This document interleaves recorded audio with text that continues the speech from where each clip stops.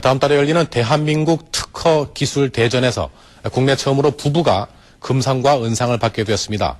부부가 각자 발명왕이 된 것도 이채롭지만 두 사람 모두 초등학교밖에 다니지 못했기에 더욱 뜻깊은 기록입니다.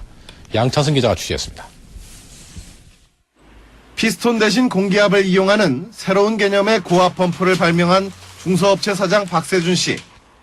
기존의 모터 펌프보다 비용이 절반밖에 들지 않는 반면에 효율은 5배나 돼서 이번에 산업자원부 장관상을 받게 됐습니다. 현재 박 씨가 갖고 있는 국내외 특허는 모두 57가지. 그러나 발명품들이 모두 성공을 가져다 준 것만은 아니어서 14번이나 사업에 실패한 쓰라린 경험도 갖고 있습니다.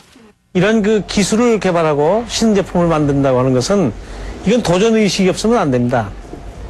그러니까 그 실패를 각오하고 발명 아이디어부터 설계 제작을 도맡아 하는 박 씨지만 최종 자문은 늘 사업 동료인 부인에게 구합니다. 그걸 다는 거야, 그 헬타.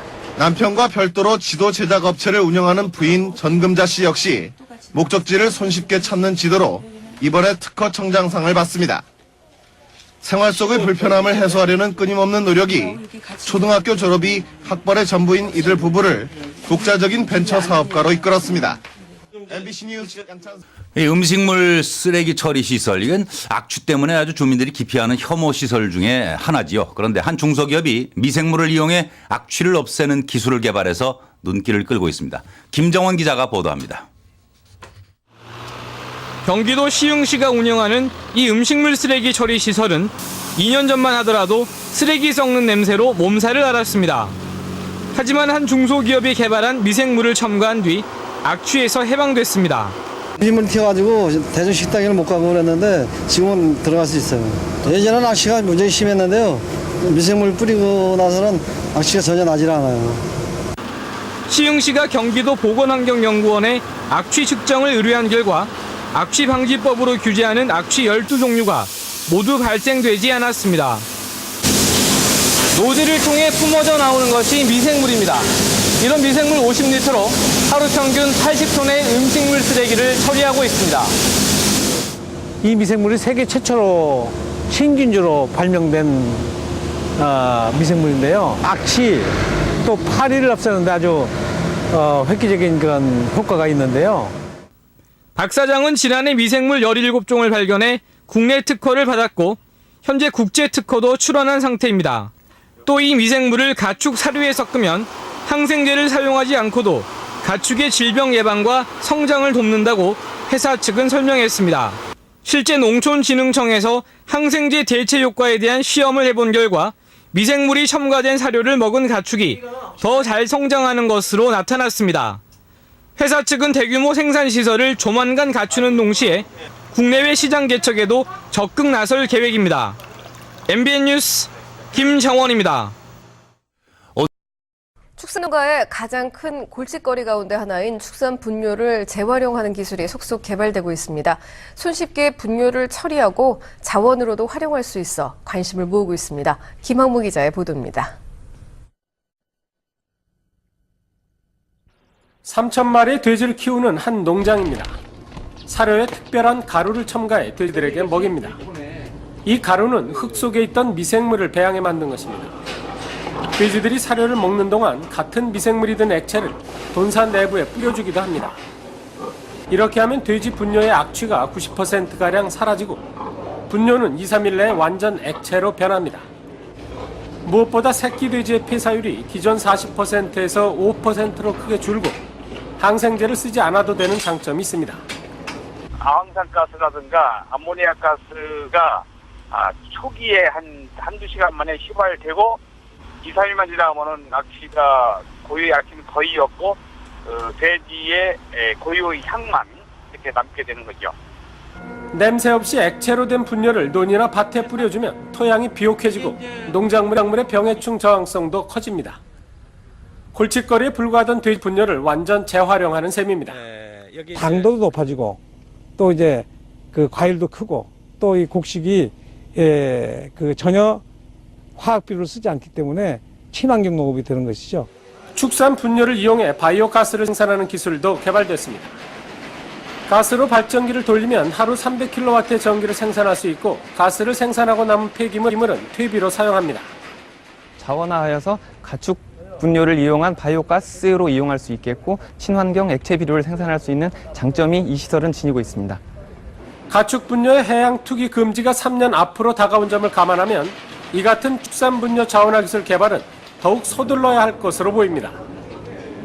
YTN 김학무입니다.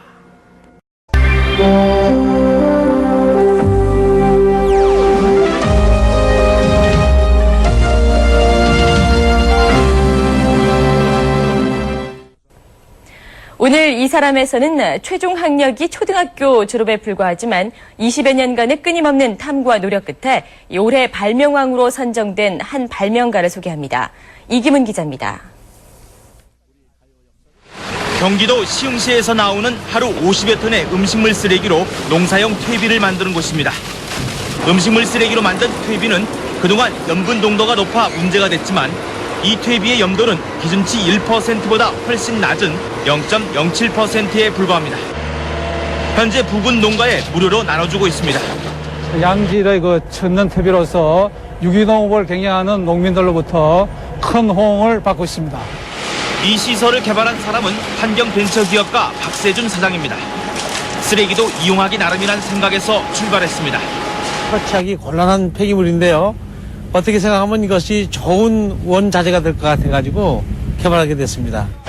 비닐봉투와 같은 이물질을 제거하는 기술과 물을 섞어 염도를 낮추는 기술 등이 박 사장의 발명 특허입니다. 박 사장은 최종 학력이 초등학교 졸업에 불과하지만 끊임없는 노력으로 지난 22년 동안 38건의 각종 특허를 따냈습니다.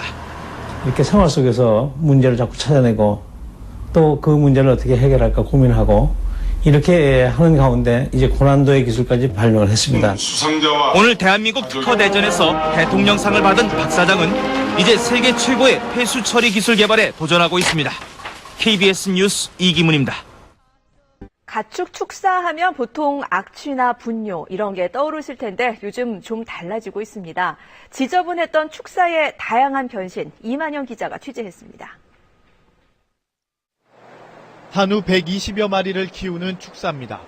축사 입구에서 손님을 맞는 것은 형형색색의 꽃들입니다. 축사 주변에 각종 조경수와 들꽃, 그리고 정자를 갖춘 작은 공원을 조성한 것입니다. 공간도 활용할 수 있고 외부를 볼 때도 깨끗해 보이고. 축사의 변신은 단순히 외관에만 해당하지 않습니다.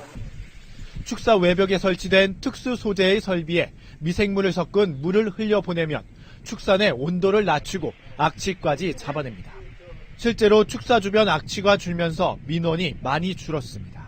일반적으로 사람들은 축사하면 환경오염 시설로다 이렇게 인식을 하고 있습니다. 그래서 그걸 좀 이미지를 개선하자. 축사 환경 개선은 이미지 개선뿐 아니라 가축 생육에도 큰 도움이 되면서 농가들의 참여가 늘고 있습니다. 사람도 마찬가지와 동물도 똑같은 원리인데 좋은 환경에서 좋은 그 성적이 얻을 수가 있는 거지. 악취와 지저분한 환경으로 민원이 속출했던 축사가 농촌지역 녹색 쉼터로 탈바꿈하고 있습니다. KBS 뉴스 이만영입니다.